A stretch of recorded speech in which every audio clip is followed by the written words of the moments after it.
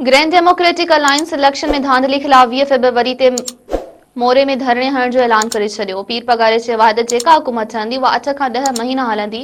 फ़ौज सभिनी खे आज़माए चुकी आहे, हालतूं बहितर नाहिनि, एमरजेंसी या मार्शल लॉ डिक्लेयर थी सघे थी।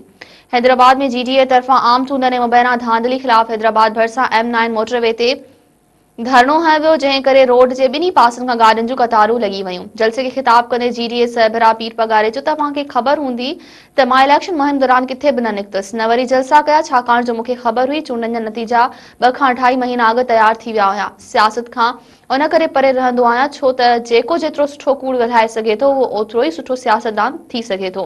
हिन चयो त फेडरेशन जी अलामत असांजी फ़ौज आहे। जेकर फ़ौज न हुजे हा त अॼु असां वटि बि फ़लस्तीन वारी सूरत हाल हुजे हा। फ़ौज सां जहिड़े जो केरु सोचे बि नथो सघे। फ़ौज असांजी पंहिंजी आहे, फ़ौज खां परे थियण जो सोचे बि नथा सघूं।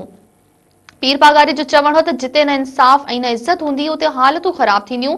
कानून जे दायरे में रही इलेक्शन में धांधली वारे मसइले खे हल करण लाइ गॾिजी वेहणो पवंदो, उन लाइ असां तयार आहियूं। हिन वधीक चयो त इंट्रा पार्टी इलेक्शन जहिड़ी तरह पीटीआई कराई अहिड़े तरीक़े सां सभिनी पार्टियुनि कराई, पर इलेक्शन कमीशन पीटीआई जी इंट्रा पार्टी चूंडनि ते ज़मीन आसमान हिकु करे छॾी।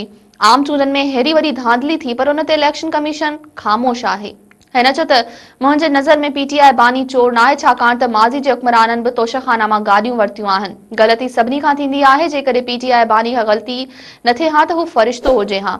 पीर पागारे चयो आहे त जेका हुकूमत ठहंदी उहा 8 खां 10 महीना न हलंदी। फ़ौज सभिनी खे आज़माए चुकी आहे, हालतूं बहितर नाहिनि, एमरजेंसी या मार्शल लॉ डिक्लेयर थी सघे थी।